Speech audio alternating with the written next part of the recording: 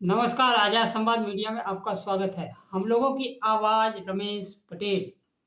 बिहार के मुख्यमंत्री नीतीश कुमार ने पहले चरण के चुनाव में किसी भी मुसलमान को टिकट नहीं दिया।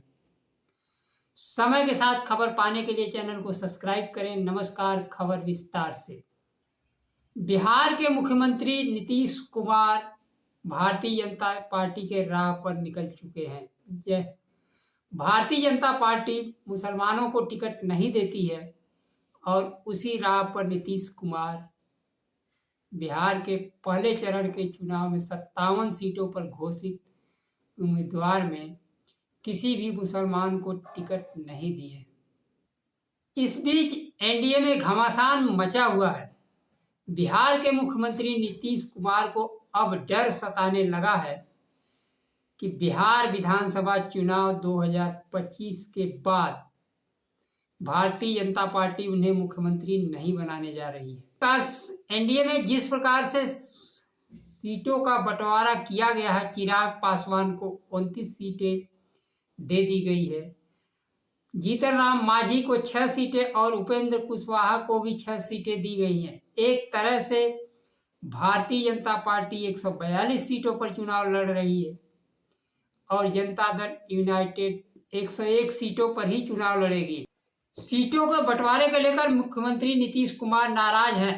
अब भारतीय जनता पार्टी पर दबाव बनाने के लिए चिराग पासवान के सीटों पर भी अपने प्रत्याशी उतारने की घोषणा कर दे, न केवल घोषणा ही की है बल्कि आधा दर्जन सीटों पर प्रत्याशियों को सिंबल भी दे दिए हैं। एनडीए में नीतीश कुमार के मुख्यमंत्री पद का नाम की घोषणा अब तक नहीं हुई है। भारतीय जनता पार्टी उनके नेतृत्व में चुनाव तो लड़ेगी लेकिन उन्हें मुख्यमंत्री नहीं बनाएगी। भारतीय जनता पार्टी महाराष्ट्र के तर्ज पर मुख्यमंत्री नीतीश कुमार को एकनाथ शिंदे बनाने जा रही है। सीट बंटवारे को देखकर नीतीश कुमार भड़क गए हैं। उन्हें अब लगने लगा है कि उनकी मुख्यमंत्री पद से 100% विदाई तय है। 2020 के विधानसभा चुनाव में चिराग पासवान मोदी जी के हनुमान बनकर नीतीश कुमार को 43 सीटों पर पहुंचा दिया था।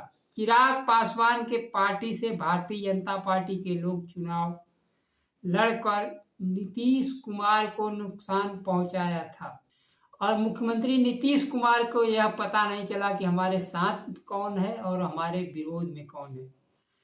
इस बार भी चिराग को मिले अधिकांश सीटों पर भारतीय जनता पार्टी के लोग चुनाव लड़ने की तैयारी में हैं। पिछली बार भारतीय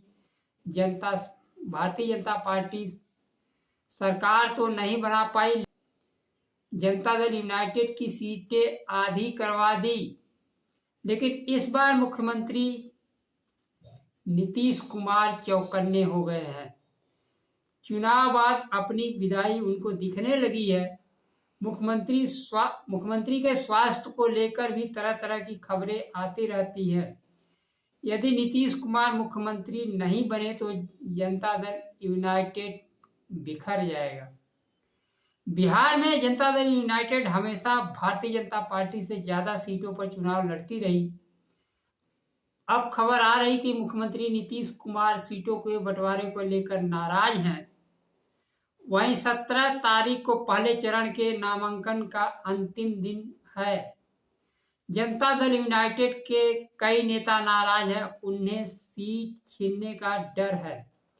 नीतीश कुमार ने संजय झा और ललन सिंह से नाराजगी जाहिर की है। यूनाइटेड अपने 57 उम्मीदवार की पहली सूची भी जारी कर दी है, जिसमें 57 सीटों पर प्रत्याशी तय किए गए हैं। पासवान के दावों वाले आधा दर्जन सीटों पर प्रत्याशी भी घोषित कर दिए गए हैं, जिससे एनडीए दलों में तकरार बढ़ने की आशंका है। नीतीश चिराग के सीटों पर फ्रेंडली फाइट के स्थिति में आ गए हैं। जनता दल यूनाइटेड के 57 उम्मीदवारों के घोषित लिस्ट में सबसे चौंकाने वाली बात यह है कि नीतीश कुमार भी भारतीय जनता पार्टी के रास्ते पर निकल चुके हैं।